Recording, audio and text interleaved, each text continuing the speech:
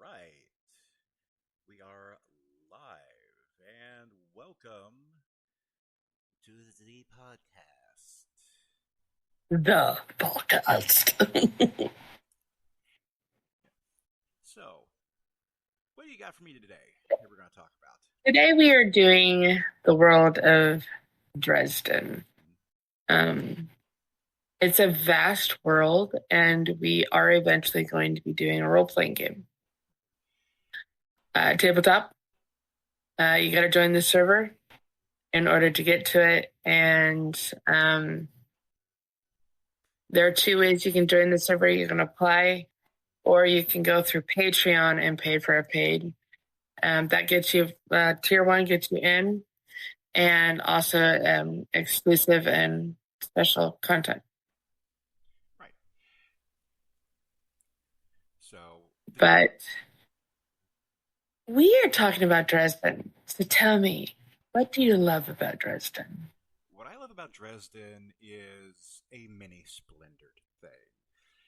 This book series, it it's exactly what I want. It is a detective story with supernatural elements in it, and the humor in this book is absolutely fantastic. I mean, it's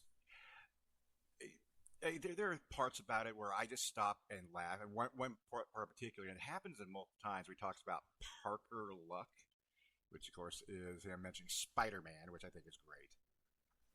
Yep.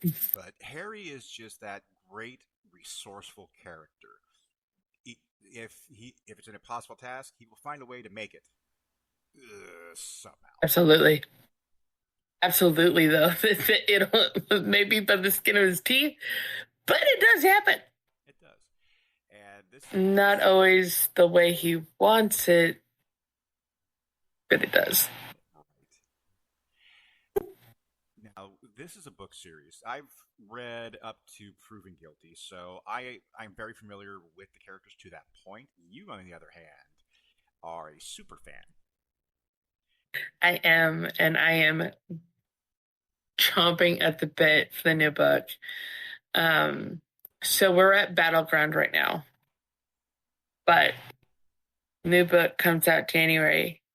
It's called 12 Months, and I cannot freaking wait. I'm so excited.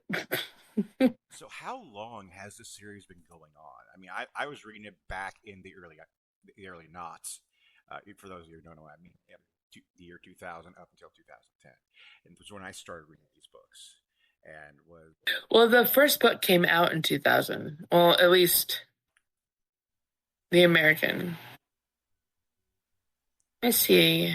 Because I remember a friend of mine, Joe, he had read the book, the first book, Stormfront.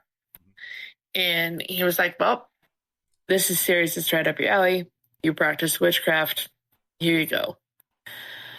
I have never really been a huge fiction reader. So I'm very, very peculiar, narrow spicer for that way.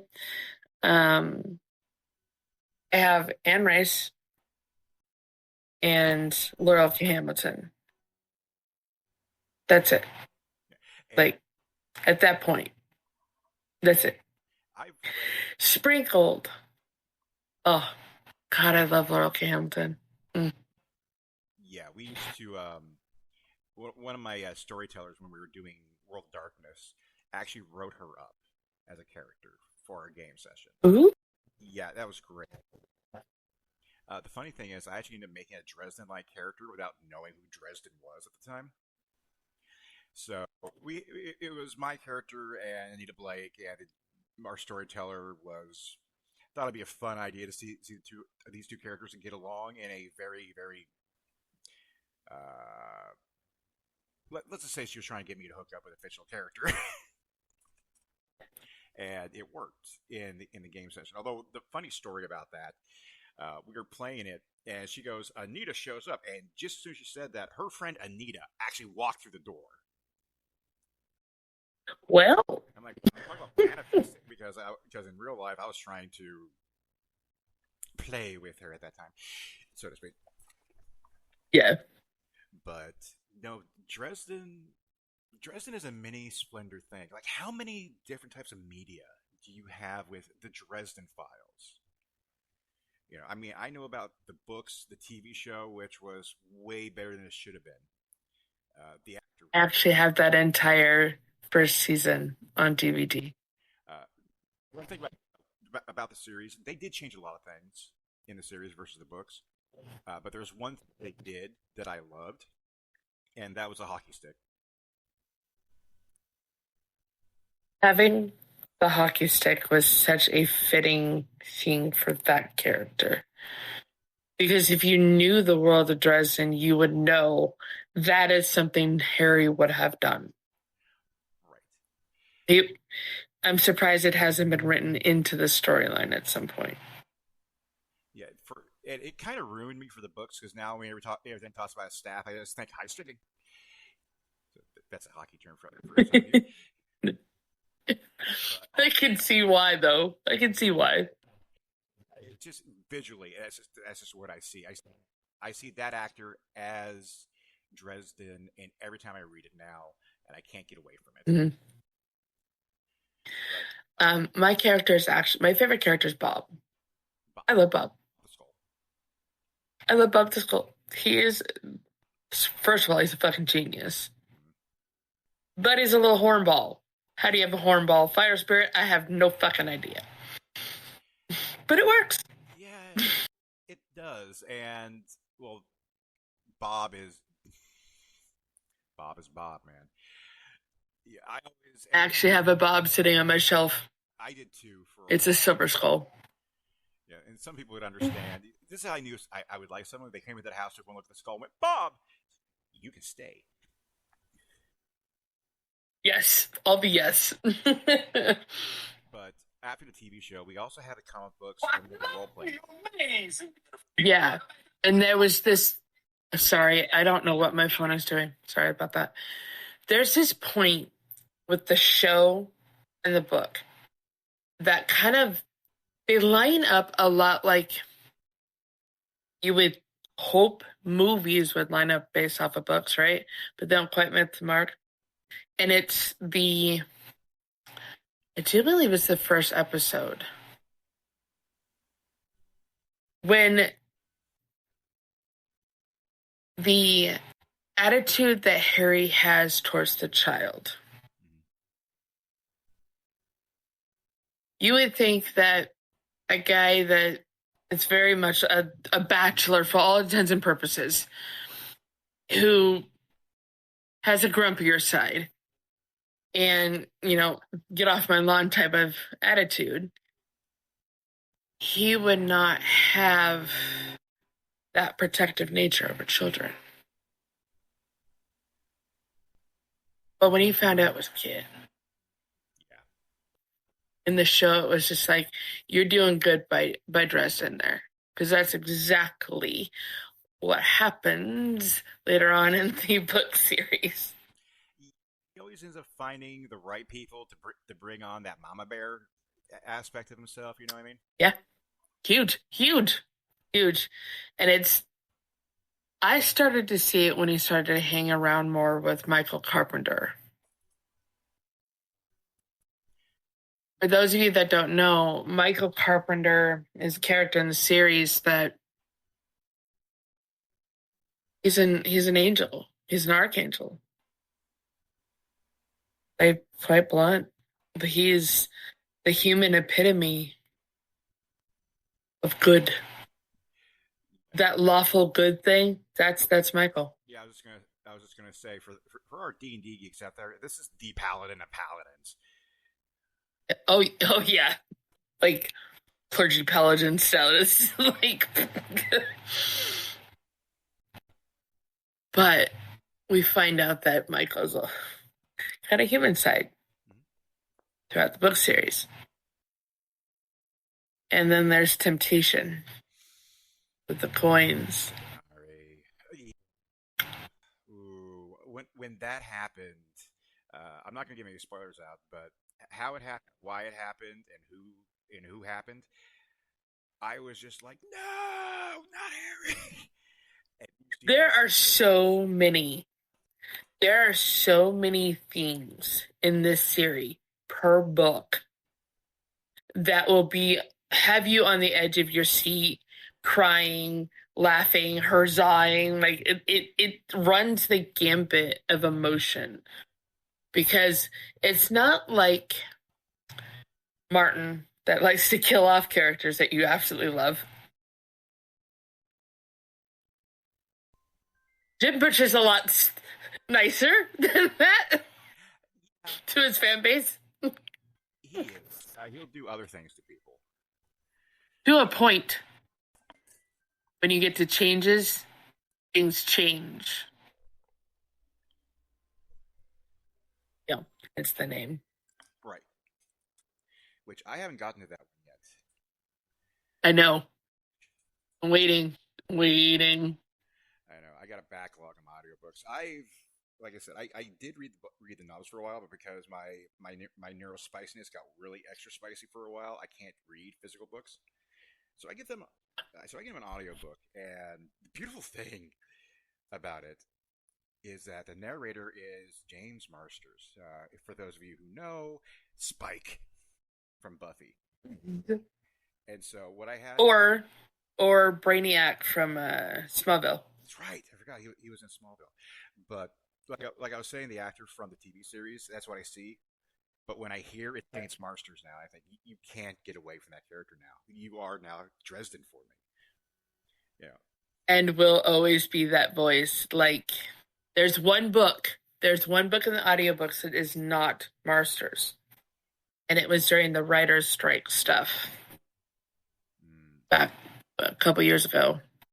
But he came right back to it because he is the voice of Dresden. It just is.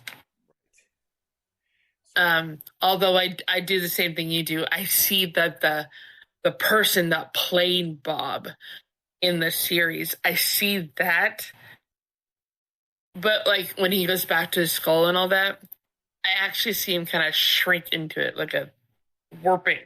Right. Yes, I forgot about that in the book or in the TV series that they changed Bob out to actually having a physical form, which Yeah, well, I understand. it's kind of hard to do CGI when you have a limited budget. I mean, this isn't like, yes, it was sci-fi, but it was still not a high budgeted show. No, And it only had one season, guys. And only had one season. for worse. Yeah, I mean, Sci-Fi Channel did good with what they had, but I mean, the thing. Agreed. Well, I'm really happy about it though. Is that the series is still going, and I mean, I do know that Butcher has switched out from the Dresden Files and is doing other things, such as the steampunk series. Yes. Yes, he does have the steampunk series. This is more high fantasy. Um, it's good. Don't get me wrong. It's good. I just not my style. Yeah, I mean, but that's just.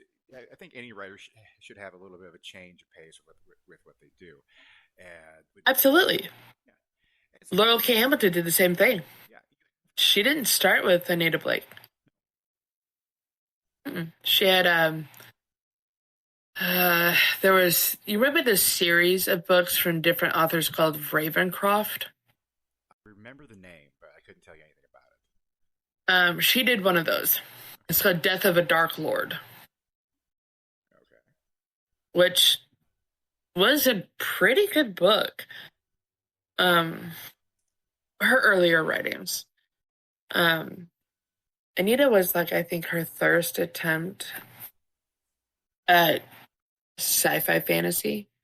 yeah, Her first two books were more fantasy than anything. Um, now, I don't know if Jim started out with Dresden or not. He might have had something else. he did. He started off with a fantasy book, which from both Butcher and just about everyone else who's read it says it was doggone awful. Really? Yeah, he didn't really have it going for himself yet. This is before Dresden was actually going as getting Dresden to go as far as he could, or working with it. But so he put this out, and apparently it took him a lot of things about writing, especially what type of voice to use. And then he dropped Stormfront. Wow.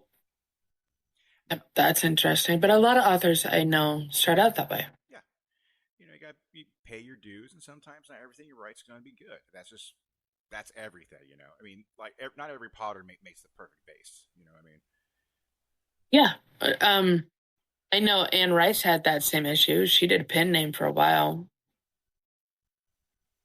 Yeah, they're great, world-renowned authors, but they didn't always start out perfect. Right. I mean, King. You can go down the list of great writers, and each one of them is going to have that one book that taught them a lesson. Yes, absolutely. Um, Apparently Jim Butcher wrote a Spider-Man novel. Yeah, I've actually read it. Well, I had the audio, but it was good, and Was it? yes, it was excellent. They dealt with a few kind of characters that went into the Spideyverse. I'm not going to get into that because it is a mini splintered thing. But Yeah, exactly.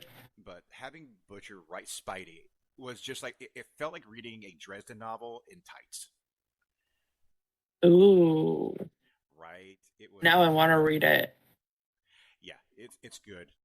Black Cat's in it, Rhino's in it, and a few other little surprises. And it's also yeah, and the Parker look stays true. Thank you, Butcher. That's fitting. Um, the he also wrote Cinders, so he wrote two of them. Hmm. He wrote two series. One is the Cinder Spires, and that's the Aeronauts Windlass. But Codex Alera is the other one, and that's actually got 6 books in it. I don't know why he hasn't written anything on the Cinder Spires. I'm not sure about that. But the Aeronauts Windlass is Jim's first book in the steampunk. Right. And then the Codex Alera. Oh wow, those covers are gorgeous. These are the higher fantasy, the epic fantasy. Those covers are gorgeous. Um, he also has a tabletop of Dresden. There's 2 books, 2 main core books. There's Your Story and then The World.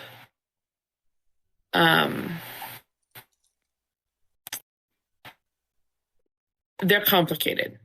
And the only reason why I say that is because you need to know the world of Dresden verse in order to really tap into the entirety of. Right, but what if you have a player who doesn't really know what's going on but still wants to play? Is it still accessible for people who don't know the Dresden File books? Um, that's hard to say because they would have to at least have an understanding of role playing in general. Um, because the first book is so thorough and how to build your own characters here, setup. I could I could technically see somebody going into it new, not knowing, but then I would highly encourage reading the series while you're role playing. And one of those things about the books is we were talking about this before we went live. Uh, I'm a D&D guy. I'm D&D riffs. World of Darkness is my specialty, and we have to use dice in role playing. That's just one of the great things that we have. I mean, and anyone out there who is a role play person who's going, yes, and dice. I need more dice. This is a Yeah. very special set of dice for this game. Yes. They're called Fudge or Fate dice. And it's got plus and negative instead of your numbers. It's a six-sided die. Um, you can get it under either fudge dice or fate dice. The people that put out, I think it's Evil Hat Productions. They have a set. They have sets of fate dice that are specifically for the game, but you can buy fudge dice. It's the same thing, or you can improvise with six-sided dice and then do something on it, draw something on each side that matches what needs to happen with the fudge dice. Good. So, I mean, the good thing is you don't really need to buy a brand new set of specialty dice, but it does help a little bit. It does. It does.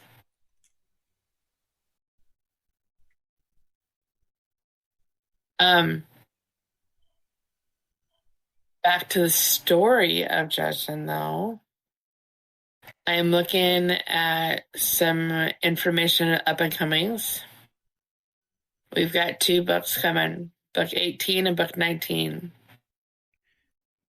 12 months, right? 12 months is book 18, and that comes out January 26th. And the next book, it's to be determined on the date, but the title is Mirror, Mirror.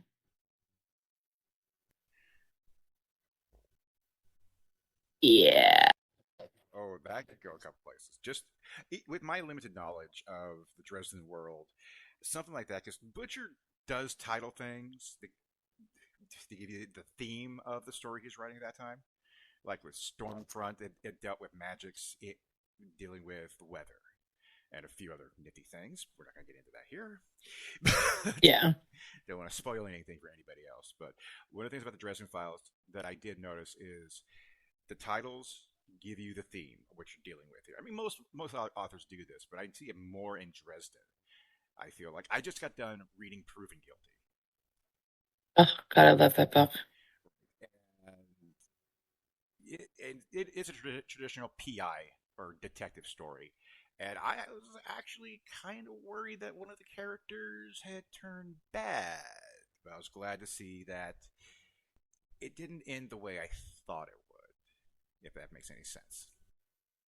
How did you think it would end? With brothers at each other's throats. Ah, I can see where you can. Yeah, because they set it up like that. But I'm always like, no, no, no, no, no, no, no, no. I like this guy. I like this character. Don't do this to him.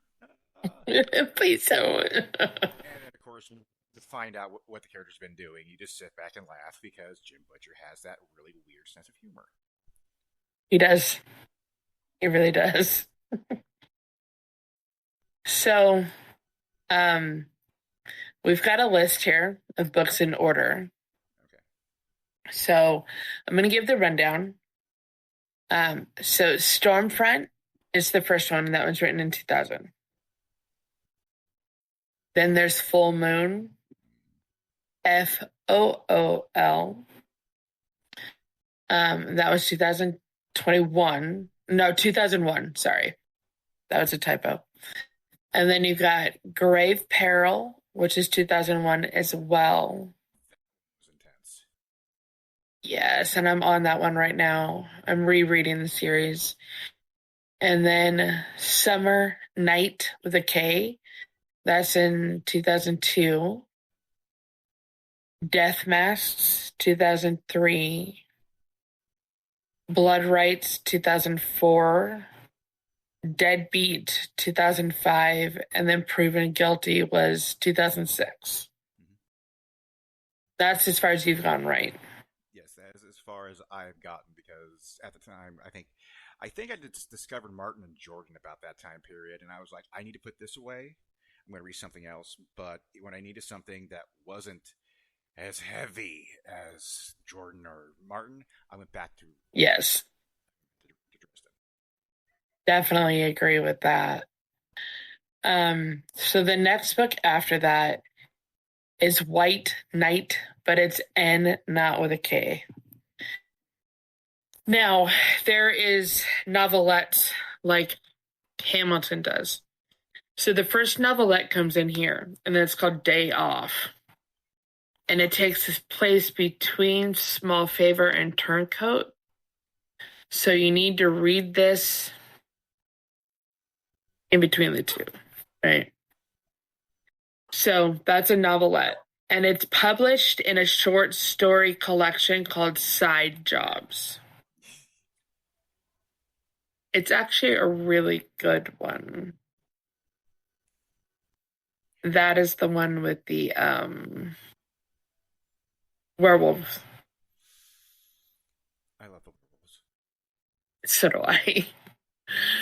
And then after that is Small Favor. And then there's another novelette. It's called The Warrior. And it follows right after Small Favor. Then you've got Turncoat. Now, Warriors in 2009, Small Favors in 2008, Day Off is in 2008, and White Knight is in 2007. Turncoat was a big book in this one, and that was in 2009. Then you hit Changes. Changes was in 2010. Jim Butcher doesn't do a lot of travel around the states signing books. He doesn't do that often. But I got to see him at one of the Powell's annexes in the Portland Metro Complex.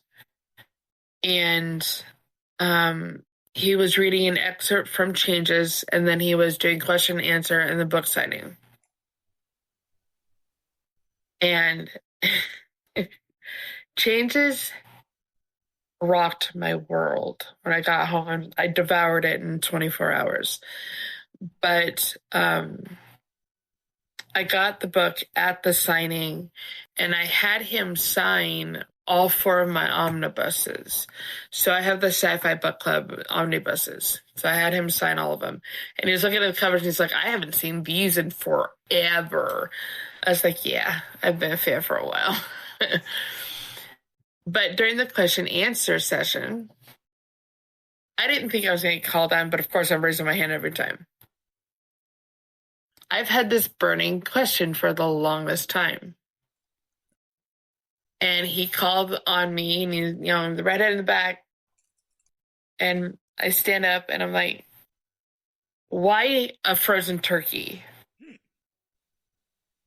And he looked at me for a minute, and there's a few chuckles in the audience.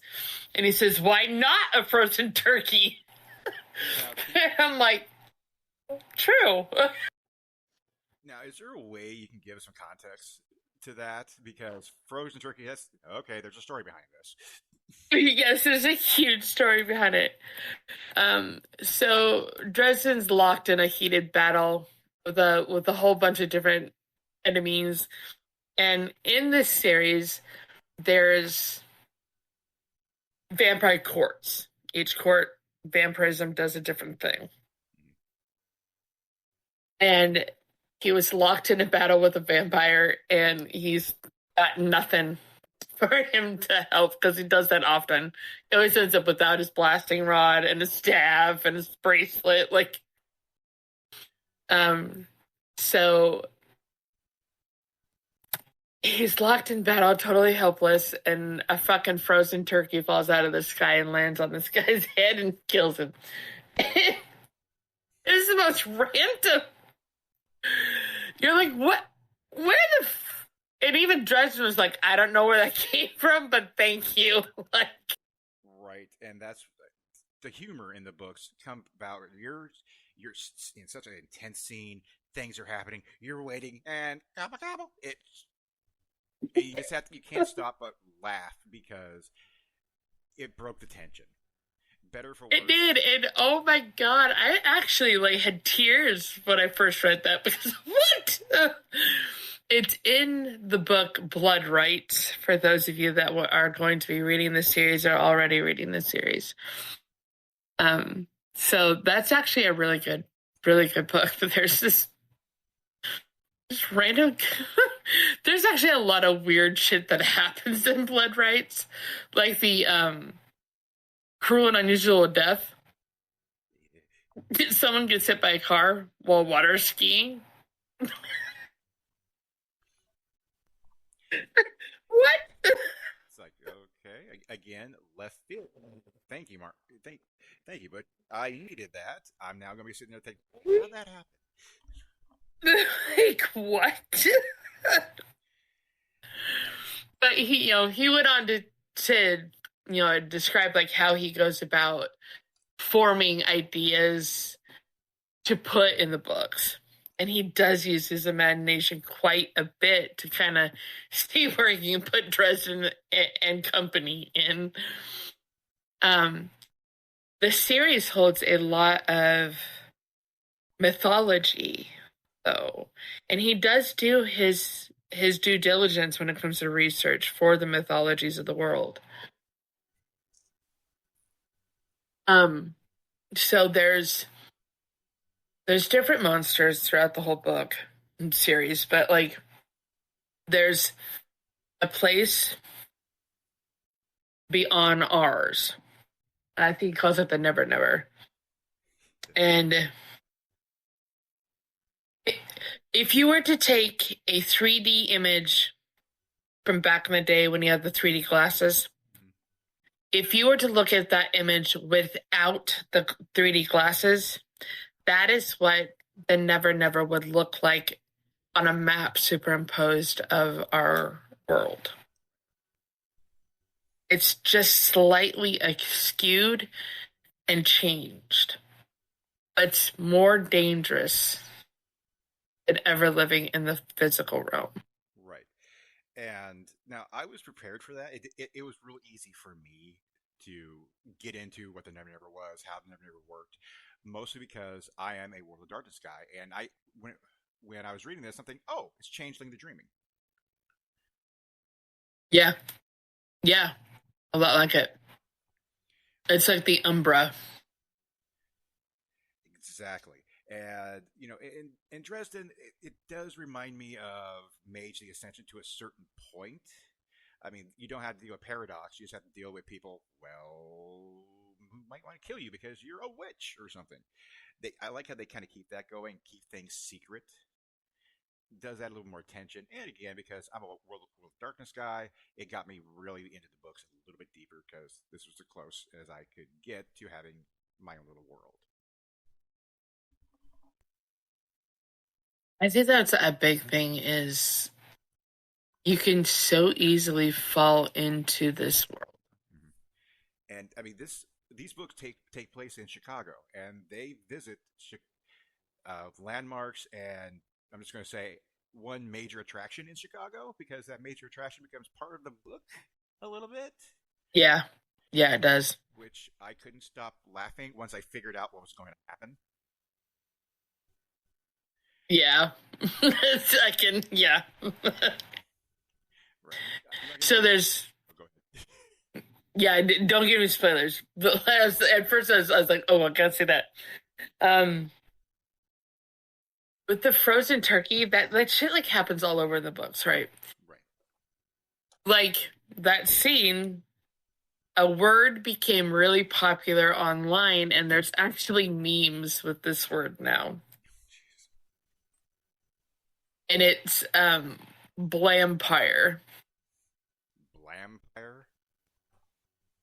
Like blam! Frozen turkey.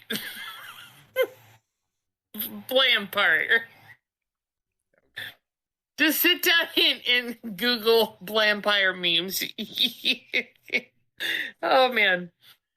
There's one with I've never really seen SpongeBob, that's the starfish guy. I think it's Patrick. Yeah, and he's looking.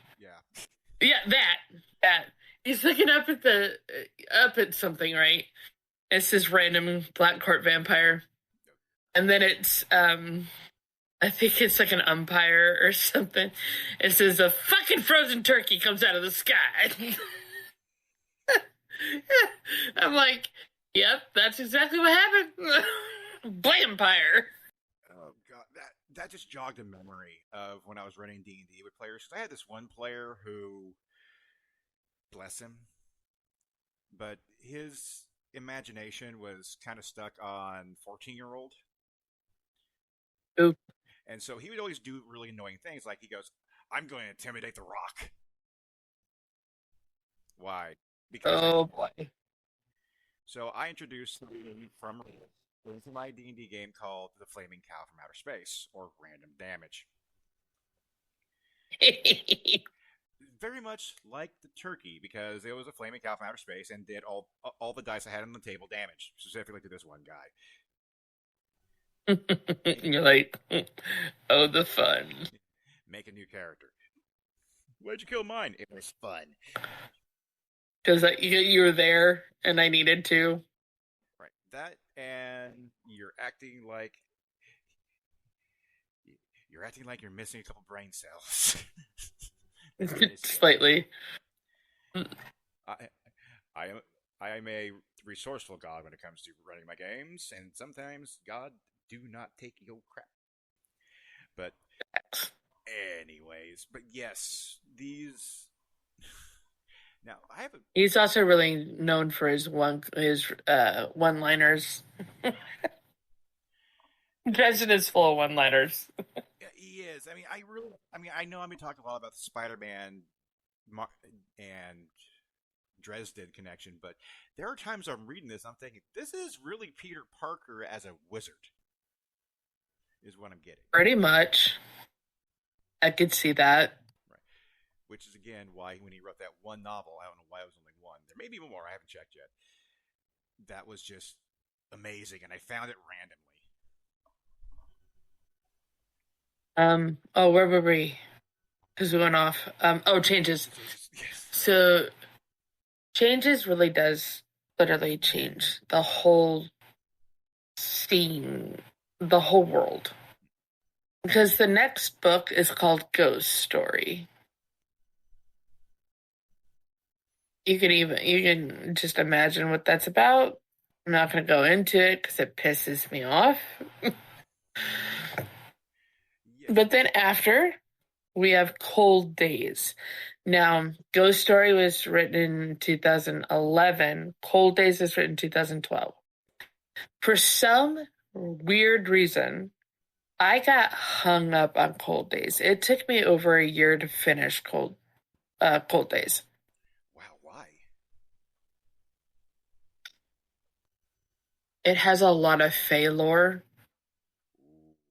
and some of it is accurate, some of it is not. But the only reason it is not is because being of the Isle, there's things that the rest of the world didn't grow up knowing or being taught, right? Right. And I think that's where my hung up was, or hang up. So there's difference between the Fae and fairies. There's also difference between fairies, Fae in Ireland and Scotland. Those are two totally different mythos. Hmm.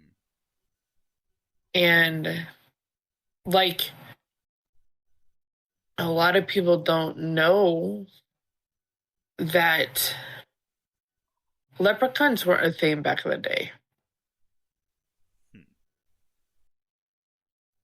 That was an add-on mythos with modern spin. And, most people don't know these things because they weren't raised with it and not a lot of access to it. Right. But I think that's the reason why I had to hang up with it. Because it was a good book. Don't get me wrong. It was a really good book. It just, my own cultural knowledge clashed a little bit with what was in the book. And this we're dealing with a fictional book series here, but then something more or less from real life and then assimilate it into this book. I can see that being kind of jarring for some people. Yeah. it was hard for me. It's just hard. It's like putting the Tuatha De Danann in like historical fiction. Please don't fucking do that. One, that's Irish. That is not Scottish. They don't mix. And two, like it's mythology, not historical. Please don't. Yeah. Yeah, Um, it's just irritating. I can see that. And then after Cold Days, what's the next book? Skin Game, which was 2014. So there was a hot minute between the two books. Yeah, I was gonna say he was pretty much doing one book a year for about a decade, and then he took time off, which for a lot of the fans was like, no, no, no, gimme, because you can read these books real quick. That's the other beautiful thing about them. Unlike Martin or Jordan or writers of that ilk, which put so much detail in, this is like again like an old school detective novel. It's what you need to know right here, right now. There's no fluff. It is Yeah, you speed through those books, and because of how it's written, it's easy to do that. I might very actually relatable. very. I actually, funny enough, with my own type of spiritual practices, I kind of took a page of Jim Butcher's or Harry Dresden's book, no pun intended, Oh, and with my altar, and I took the it may not be pretty, but it works method type deal. So like instead of going out to like a new age shop to get effigies of the gods that are on my altar, I just found things that reminded me of them and put them on there. It kind of I made it like that. because I I was like that. I mean, it's spirituality on a budget is what I got from Dresden, and so I just used it myself. Again, in the TV series, that didn't happen in the books. The hockey stick as a mage staff. Yeah, I was like, I could totally see that happening, and it works. it's genius It is. because it's multifunctional. Nobody's going to question you, Yeah, although they might see it as a weapon nowadays. right. But I mean, well, I mean, he lives in Chicago, so he go to Goodwill. You probably got about 12 hockey sticks every day. Facts. Absolute facts. Or what was it he used as a blasting? I can't remember right now. He had a he started out with like a branch that he had whittled, carved, anointed. Um, oh, there are two middle books here that are, I guess, they're microfiction. Hmm. So there's Journal and Goodbye. Both were written in 2020. Journal is a little insight into what was going on in Morgan's head during the events of Turncoat. This does have, and I have to state this hugely, this does have major spoilers for Turncoat, Changes, and Cold Days. And then there's Goodbye. Goodbye is concurrent with the ends of Changes. And huge spoilers for Changes and Ghost Story. I would suggest reading these two books after you read Ghost Story and Cold Days. Okay, noted. And then there's Peace Talks, which also came out in 2020. Battleground, which also came out in 2020. Now, these are the main books, right? With some little novelettes. Battleground is the most recent core book that we have of the series. There were other ones. There was Job Placement, which was written in 2020, and this is part of the book Bigfoot on Campus short stories, and it's in briefcases, I do believe. This is between Skin Game and Peace Talks, so it doesn't require prior knowledge of either.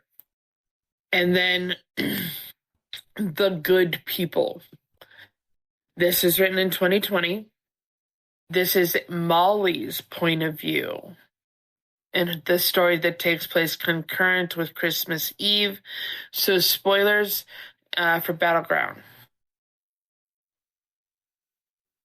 And then there's a book called The Law. Now, The Law is actually a novelette. It's a Dresden Files novelette, and it's unique. It's the first of its kind, and it's only in Kindle. Oh. Yeah. Well, you can get it on Audible. $13.95. Not bad. But it says it's a forthcoming novelette that thrusts Chicago's only. Oh, sorry. So it puts Harry, who is the only professional wizard in Chicago, back into the battle, but it's a legal one and a physical, and it has explosions.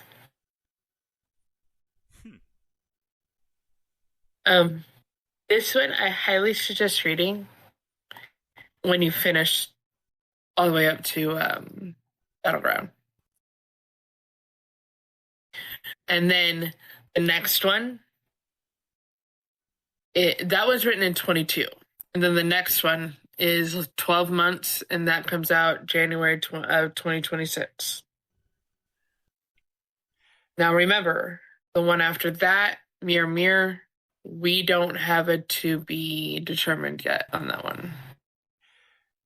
Now, speaking about being what's determined already, when is Butcher going to end the series?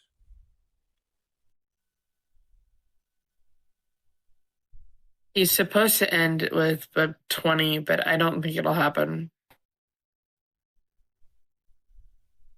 Because changes.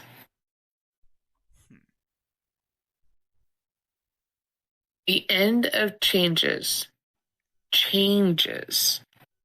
his whole timeline. And I can't give anything else away for you, but you'll understand when you get there. Right. So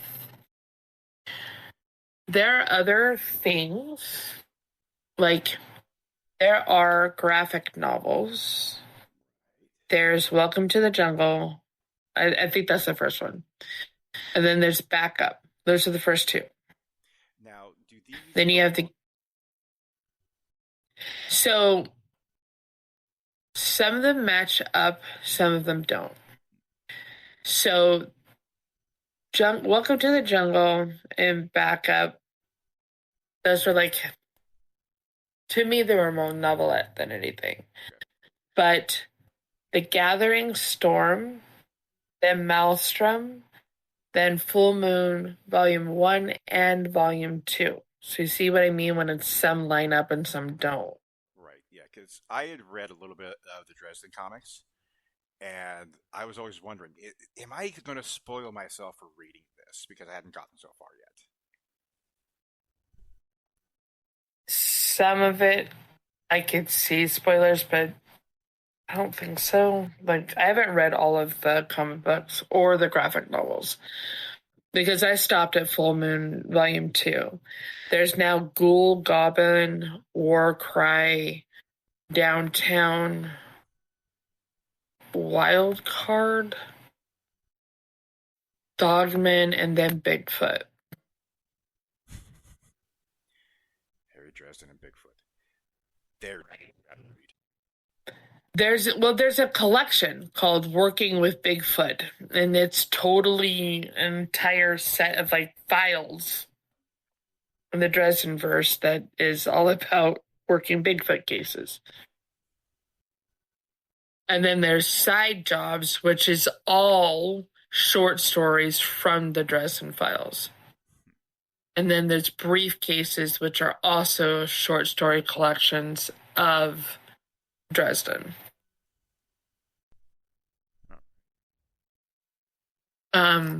There is also other things in the world. So you've got graphic novels, comic books. There's other media. So we've already talked about the series. It was canceled after one season, but it explores the graphic novel. It manifests, like it brought into fruition Welcome to the Jungle. And Welcome to the Jungle is a prequel to Stormfront. And then there is a tabletop pen and paper role-playing game that first came out in 2010, and it is considered a cult classic because it is hardcore fan base, so many details, and you can finally make your mark in the Dresden verse. It's amazing. Right. Now, as far as the tabletop goes and the lore behind the Dresden Files, could you use the book to kind of get yourself a quick and dirty into the world? Or is it more you should have some prior knowledge doing this? I'm pretty sure I asked this question before, but let's do it again. You need to at least have read Stormfront. Like that's just primer foundation. You need to have at least read Stormfront.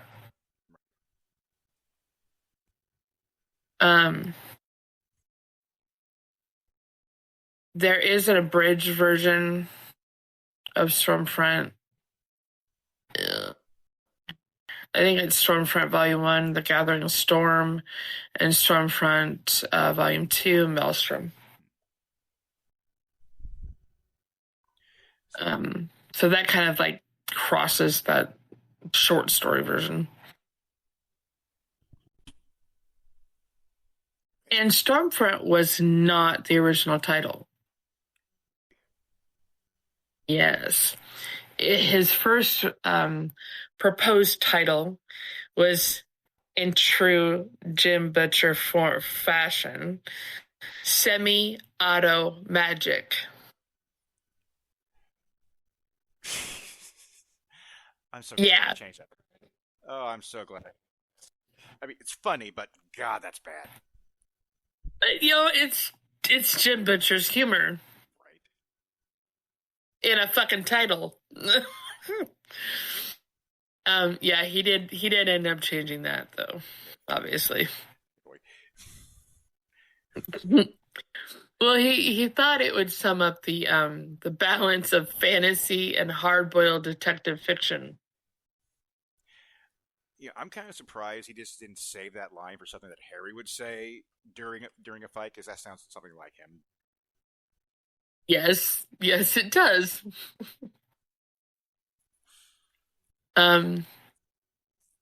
Now you can do collections with Dresden Files. You can get it on ebook form. So there's the Dresden Files collection 1 through 6. And you can get that at bookshop.org, which I highly suggest bookshop.org for anything because it helps support local independent bookstores like our pals. So right, that's an all-day event. That should be our first date, physically. Yeah, it should be. Well, back in the day when I was in my beloved Rose City, that Pal's location, I'm going off on a little tangent here because I can.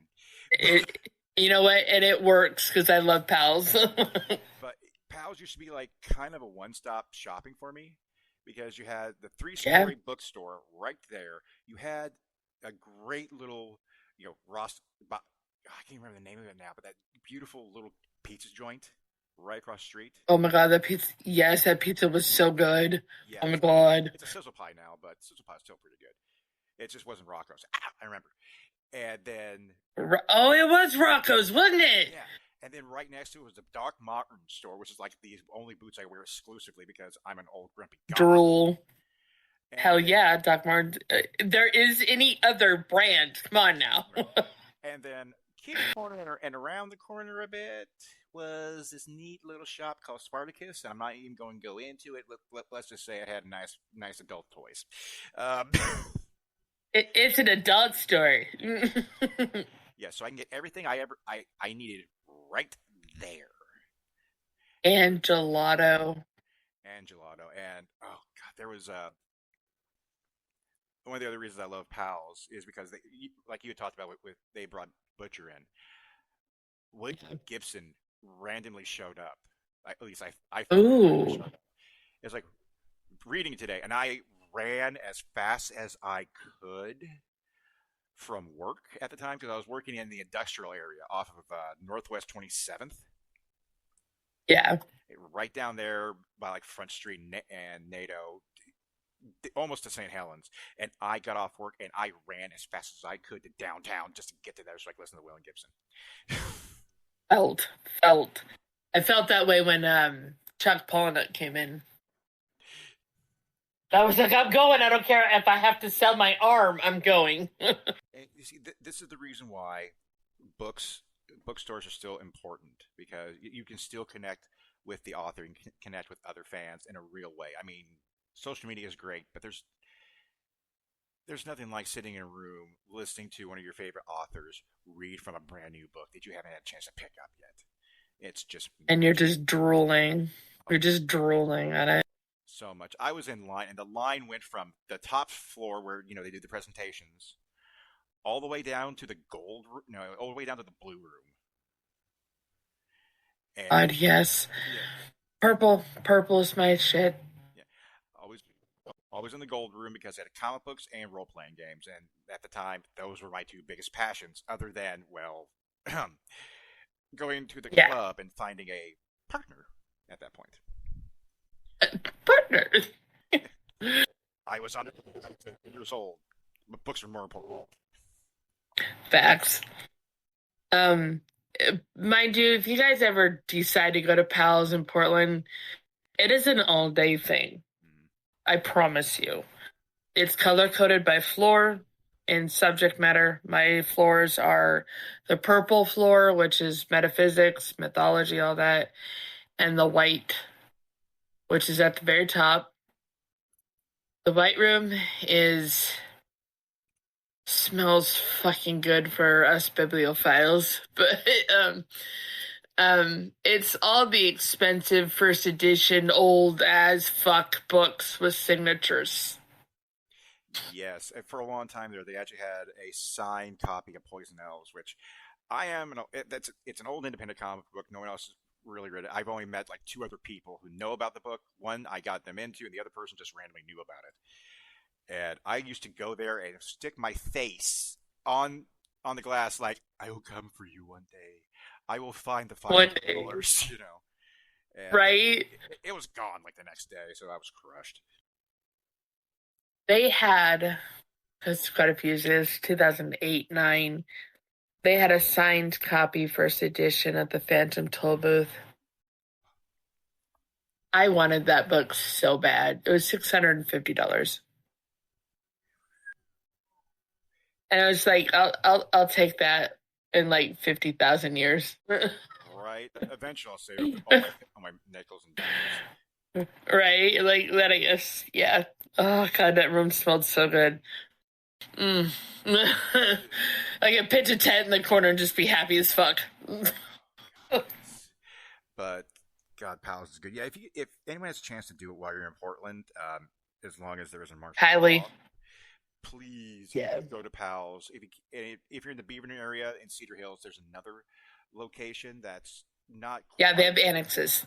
Yeah, and the Beaver story is great. Hamilton actually did a lot of signings at that Yeah, one. I've seen her twice at that one.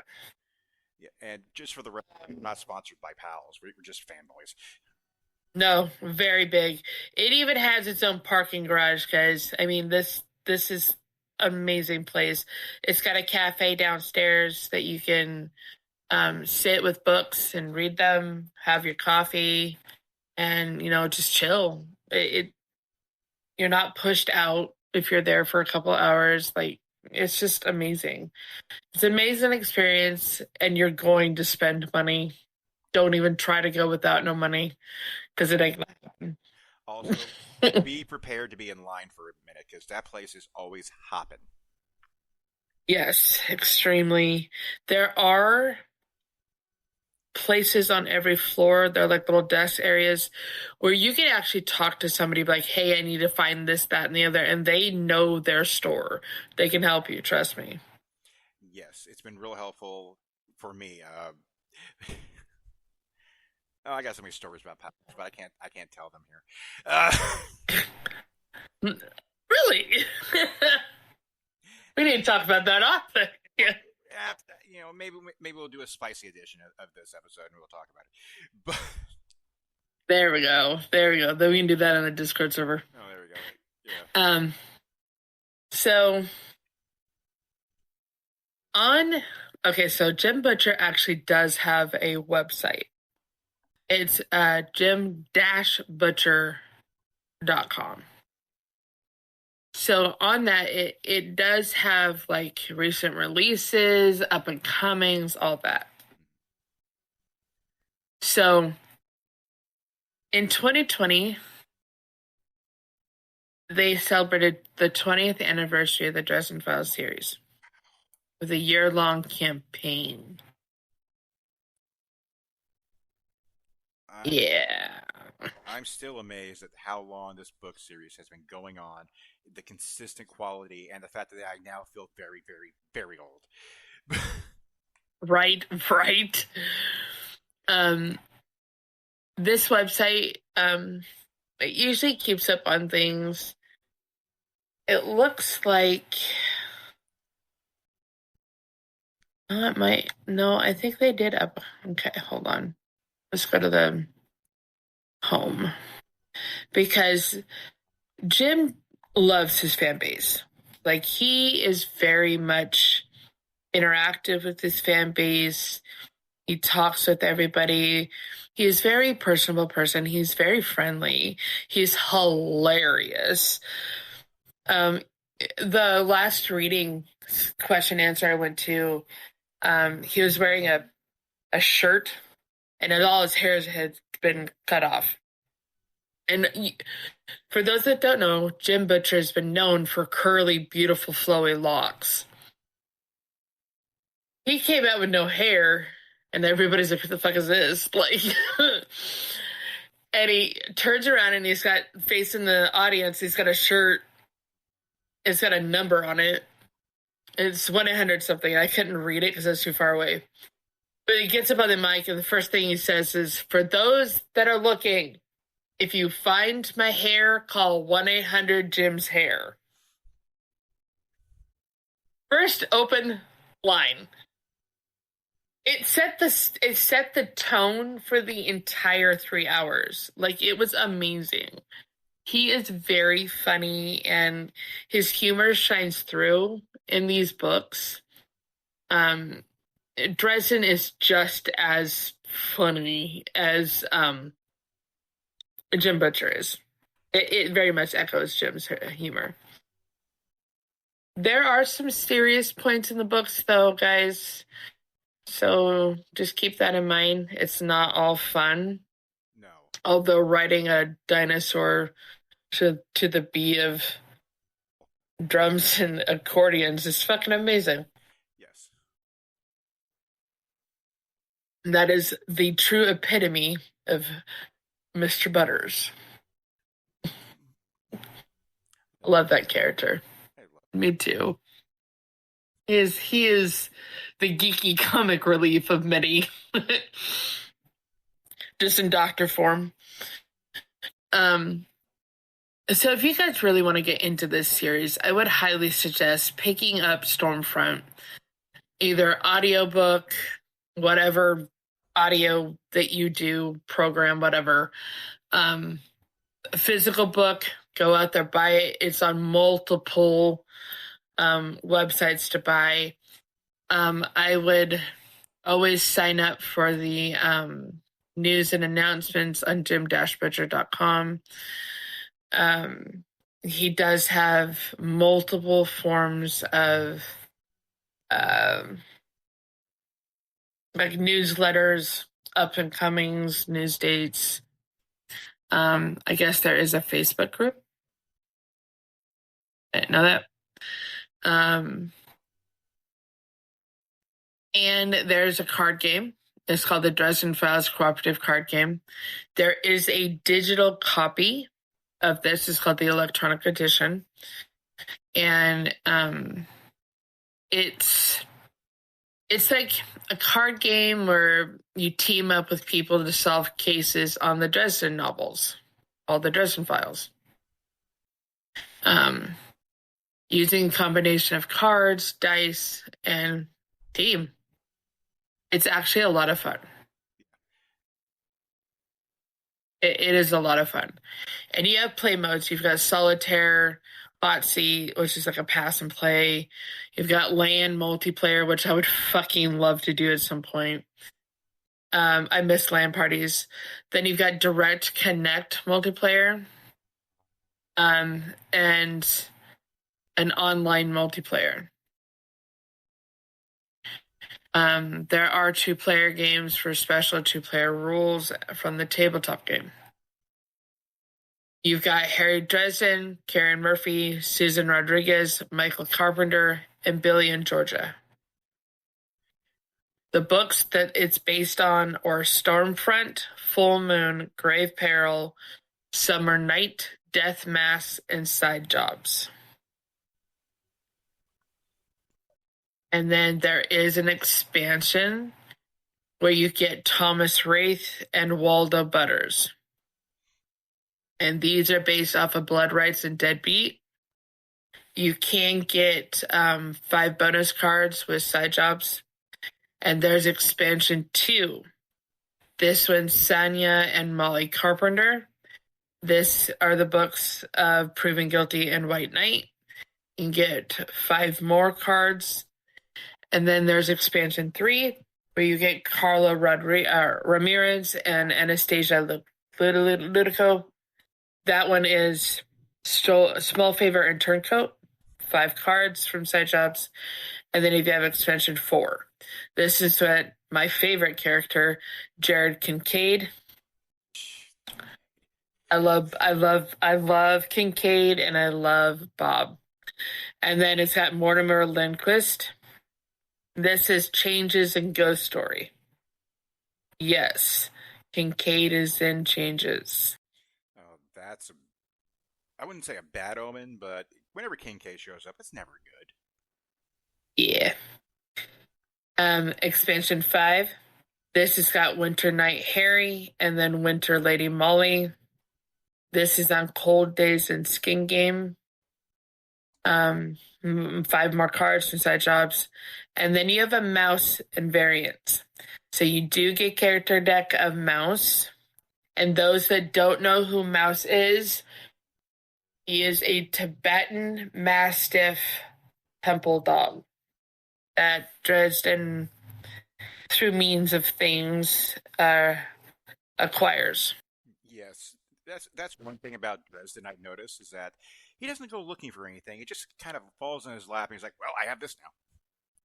Yep. Variant cards are 3 for Harry, or 2 for Harry, 3 for Susan. I don't have this particular expansion, and it does have a bonus card for side jobs. And then there's Hank Walker, alias Raw. The character is Raw that you get in the deck, and it is a crossover from Sentinels of the Multiverse. I don't have that one either. This is a fun game to play in any way, shape, or form. If you like Hearthstone, it kind of runs like that, but it also kind of runs on the Magic the Gathering. Like I said, digital is a lot of fun. I've had a blast with this. You can get it at Nintendo eShop with a Nintendo Switch. You can get it on Steam from Mac and Windows. Obviously, you can get it at the Apple Store, the Mac Store. There is a version for your phone at Google Play for Android, and there is an Amazon Kindle version at the App Store for Amazon. Hmm. I actually might have to check that game. It's a lot of fun. It does take a little bit of memory on your phone, but it's worth it. And if you have a overheating problem, I would highly suggest not wearing or not having your phone have a cover at that time. Mm-hmm. But it's a blast. And apparently they have a Discord server. So guess what bitch is joining that right the fuck now? Oh. All right. Hey, And I'm in.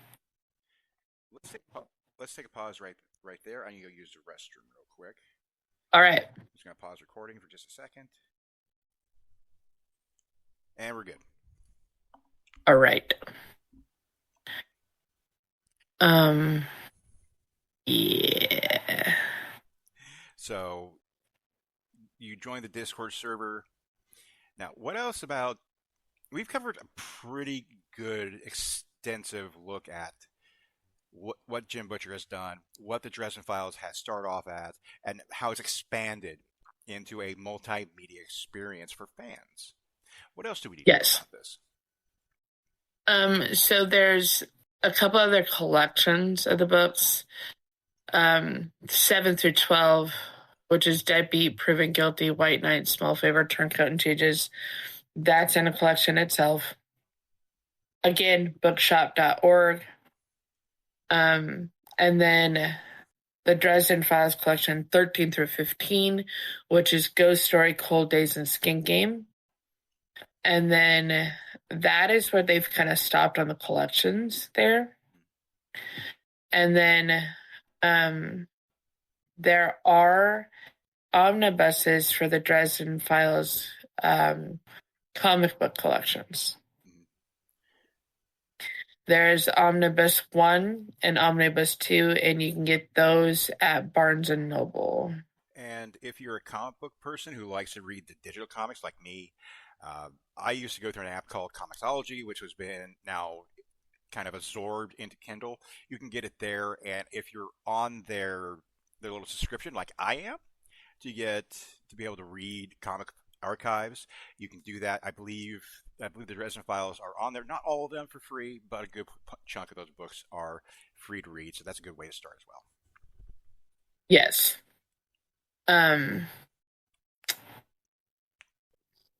Oh yeah, there it is. So there is okay. So there's a interview done by Strand magazine, I do believe. And it's Jim Butcher talking about his character, Harry Dresden.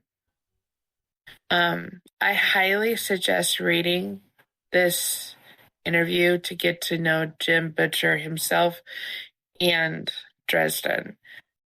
It's a really good interview. It really kind of tells you how he started, what shaped Dresden, how he feels about the show, the series, because he didn't think the guy that plays Dresden, which is Paul Blackthorne, he's an Arrow, by the way. Yeah, he didn't think he looked like Dresden the way that Dresden was in Jim Butcher's head. But he thinks that Blackthorne got the heart of the character. Yes. And he, according to the author of the series, he thinks that's way more important than looks, right? The height was great, but it's the looks it's themselves. Mhm. Um, he actually really enjoyed the series. Um, he nerded on it. His friends nerded on it, and it was great advertising to him for the book series. Um, Just thinking about the years. honestly, I think that's me. Um, and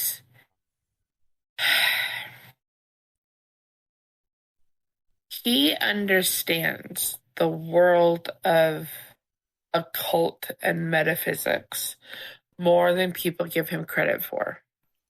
Yeah, I'll second that because again, I got some of my ideas from the Dresden Files and Jim Butcher.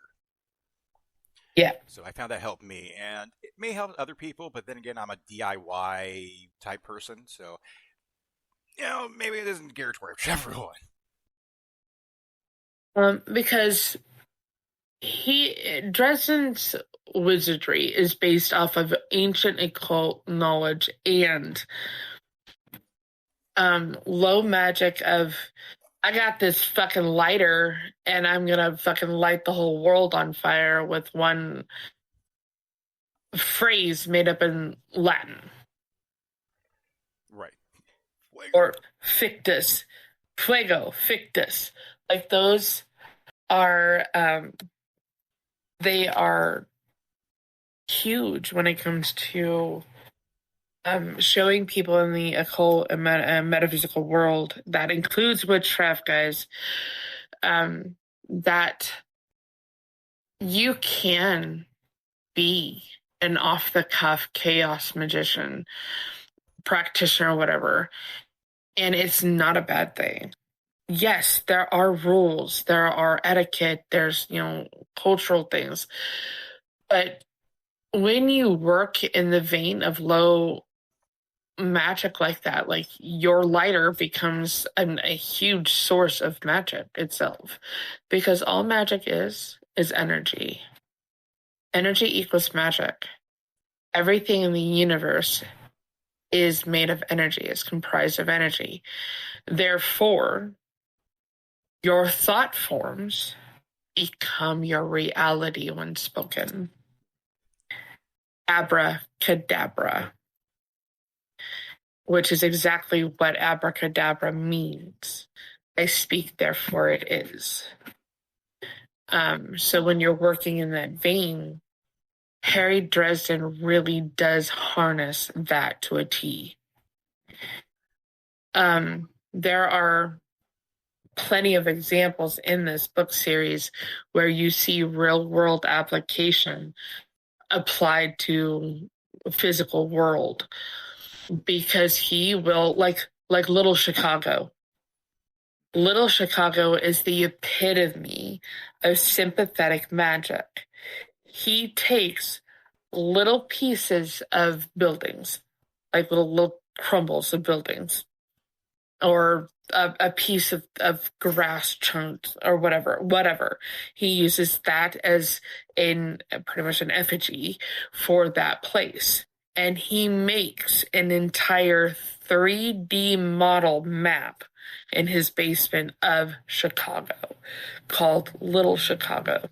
And it is used for other forms of magic, but it works because he understands science and magic go hand in hand. It is not something that is opposite of each other. Our ancestors didn't think it was opposite of each other. They understood the basis of alchemy. Alchemy is the basis of chemistry. Like, this is all stuff that is historically accurate. He's just applied it properly to a fictional world. And that is huge.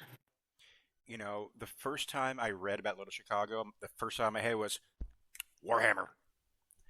But I'm a geek. To be honest, yes, because I've been around enough people that play Warhammer. Yeah. There's a game back in the early 2000s called Heroescape. Here. It is a lot like how you would build Little Chicago. It takes octagon pieces, and you have to create a 3D model of your land. Water pieces, earth pieces, mountain pieces, they're all octagon shaped pieces that you stack upon each other to make higher or lower. And there's water pieces that can be connected that make like rivers and streams and lakes and shit. And then you've got Warhammer 40K type little models. I think they're plastic that you use throughout the whole fucking board. And there's expansion packs that you can get with it too. Right on. Matt, Bestie, number one, he used to have Heroescape and I think one other expansion, and he would store it at my house. And every couple weekends we'd play it. Tell you though, this is like Risk Monopoly top hours of fucking play, because once you set up a board, it's a full-on campaign. You might as well find a place to keep it set up while you're not playing. But it's a lot of fun. I'm wondering if Butcher would create Little Chicago with that. It'd be a lot of fun. So we've covered the books, we've covered the comics, the games, the multiple types of games, Butcher himself. What else do we know about the Dresden Files? I think we've covered pretty much everything that like I really want to cover right now. There are multiple cameos in cons that he's gone to. Some people have filmed it, put on YouTube. You can get his stuff on the author's website, bookshop.org. I'm going to push that to the day I die because it's pals and bookshop that really do help small independent bookstores. And we want to keep those going, guys. And then, I don't really like shopping at Barnes & Noble unless I absolutely have to. But maybe I'm a little bit bitter over losing Walden's. But there are other things that you can go out and look. There's multiple articles of him with interviews. Grimdark magazine, Slippery Worlds, it's Words. There's the sci-fi site itself. Goodreads, actually, I use Goodreads all the time. Goodreads is got an interview. So there's a interview article that's titled "I Can't Tell You Stuff Like That," and it's Jim Butcher talking about Dresden. And then there's the 30 greatest books series of all time. He is in that. I'm not going to tell you where, but it is a Forbes article. So we are talking an author that is world fucking renowned. Right. And if you couldn't figure out what the theme of today's episode is, it's please go read Jim Butcher. Your life will be better. Yes, it'll make your world so much better in a world full of doom and gloom and chaos on a daily basis. When I tell you I don't read much fiction, guys, but this fiction helps. It helps you dive into a world that is not so fucking dumpster fire. And it also helps learn things. You are actually learning about practical application of witchcraft and magic and occult shit and mythology in a fictional world. You can take those theories or hypotheses or whatever and apply them to your world in physical time, and it will help you learn. I really do highly recommend Jim Butcher. If you want more fantasy, yes, read his Codex Allura book series. Not for me, but it was a really good, well done series. And I think our next one is going to be a deep dive into Laurel K. Hamilton because that I can talk for days on. And there's actually 21 books, I think, or maybe 21 books in that series right now. And she is just finishing writing the newest in the Meredith Gentry series. She hasn't written a Meredith Gentry book since 2014. Well, that's So I'm pretty fucking stoked. something to look forward to. But for right now, we've gotten that taken care of. We got our next episode coming. Yep. I think it's time to tell everyone have a good day, like and subscribe. Cause no Check us harm. out on the other side. Fuck yeah. Hey everyone, this is Rev. I just want to say thank you for taking a listen to what we presented for you. If you like what you hear, go ahead, like and subscribe. If you have any suggestions or would like to get to know us a little bit better, just add a comment. We're more than active and we'd love to hear from you. Thank you so much. Rev out.